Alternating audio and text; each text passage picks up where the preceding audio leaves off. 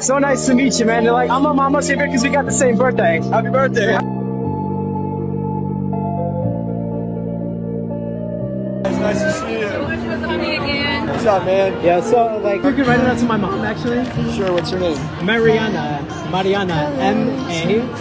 All right, buddy, here you go. Happy birthday on October 20th. Yeah, much for everything that you did, you know, everything like that you did, you know, like everything that you made into good choices in life too, you know? I love to hear it. I was bad at one point too, you know, like you just did so much.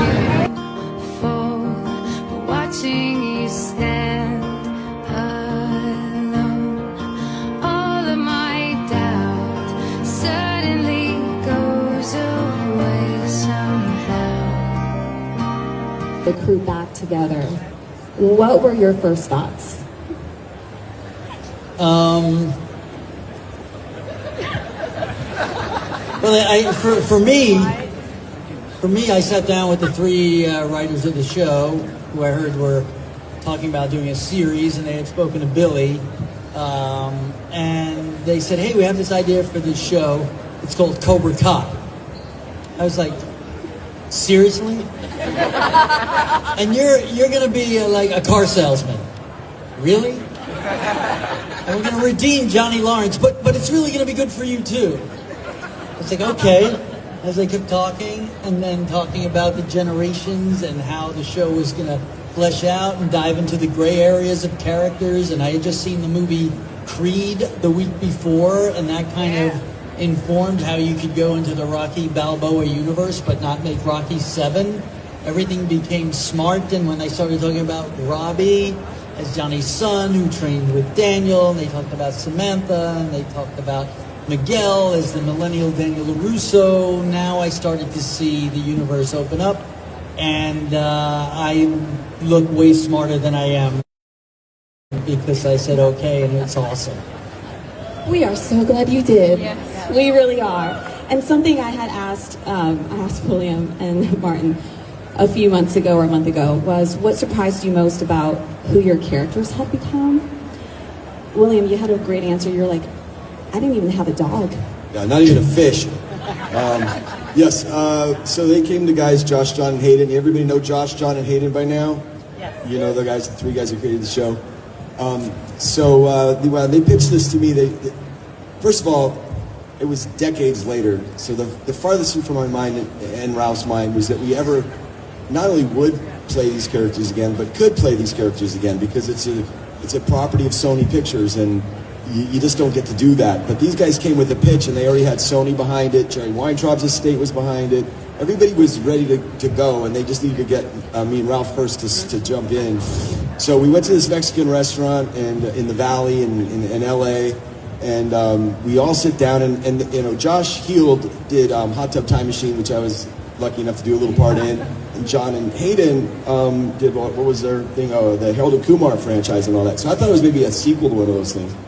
And then they sat down and they're like, Johnny Lawrence, Cobra Kai, da-da-da-da. And basically everything that you know about season 1, they spit-fired in about 30 minutes, including what Johnny was doing, what Daniel was doing, and then Miguel and Hawk and all the characters. So it was overwhelming. And I said at the end, I said, you know, you can't just do this, you know. So there was like this little part of Johnny inside of me that was jumping up inside. But we both stepped into it really cautiously because we really protective of the Karate Kid and what that means to everybody, what it means to us, and but we felt like it was the right guys. And at the end of that meeting, they said, "Are you in?" And I said, "Well, there was nothing on paper, there's nothing to read. It was just the pitch." And I think all together we make the perfect sensei. Perfect storm. All of us bring our individual strengths to the whole Miyagi verse. Daniel-san's character, it's this stability, it's this inner piece that he brings that is a little more calming and level-headed. And then you have the wild card, which is, you know, Johnny's unpredictable style of teaching, which is good because then you don't know where he's going to come from, what angle and all that. Got any lighter fluid? Came up with a new lesson on the drive over. And I take all that into what I've been about, and that's just beating people up and I would not lose. Like Daniel LaRusso, you learn how to paint fences and wax cars. Chosen will teach you how to not break an egg, and Johnny Lawrence will teach you how to throw a spinning tornado kick into a hanging watermelon. One purpose. One team. One dojo.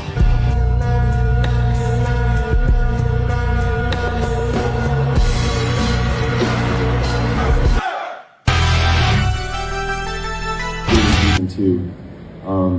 So, you know, like I said earlier, like, you know, time changes things, and so Johnny's kind of a different guy. But the one thing about him was, Johnny was easy to tap into because he's in my heart, and it's like Johnny always wears his heart on his sleeve, even if no matter what. He may be wrong, he may say something politically incorrect, but his intentions are never bad. His intentions are misguided sometimes. Maybe he's out of step or out of touch.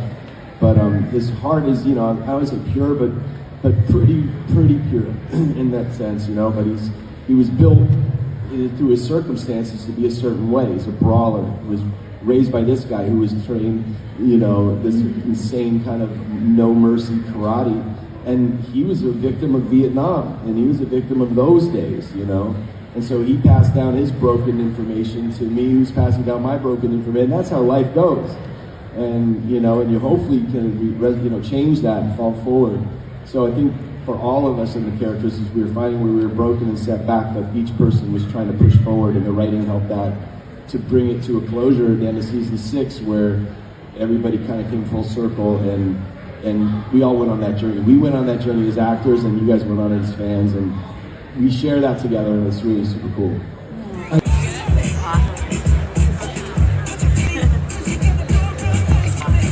Ready, go. Well, we went into this.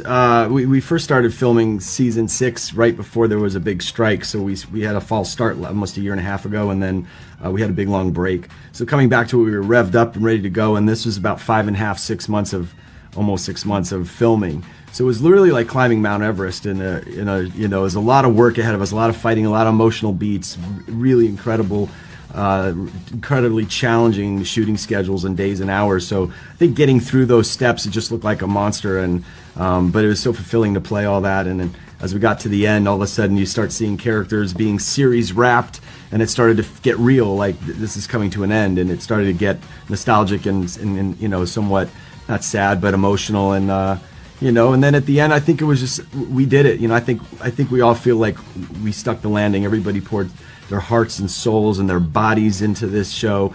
Every actor, all the writers and our stunt teams.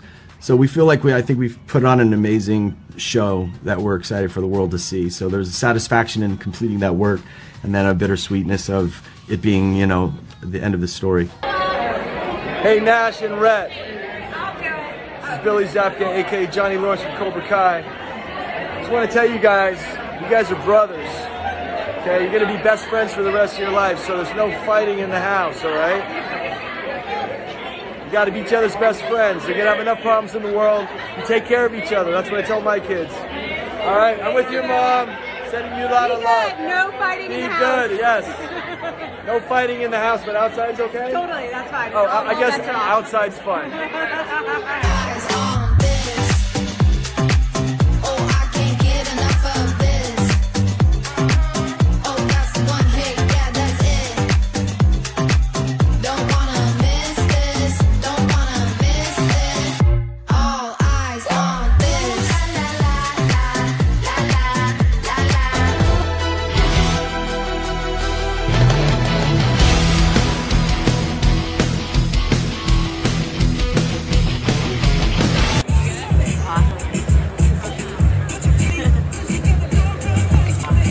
Ready, go.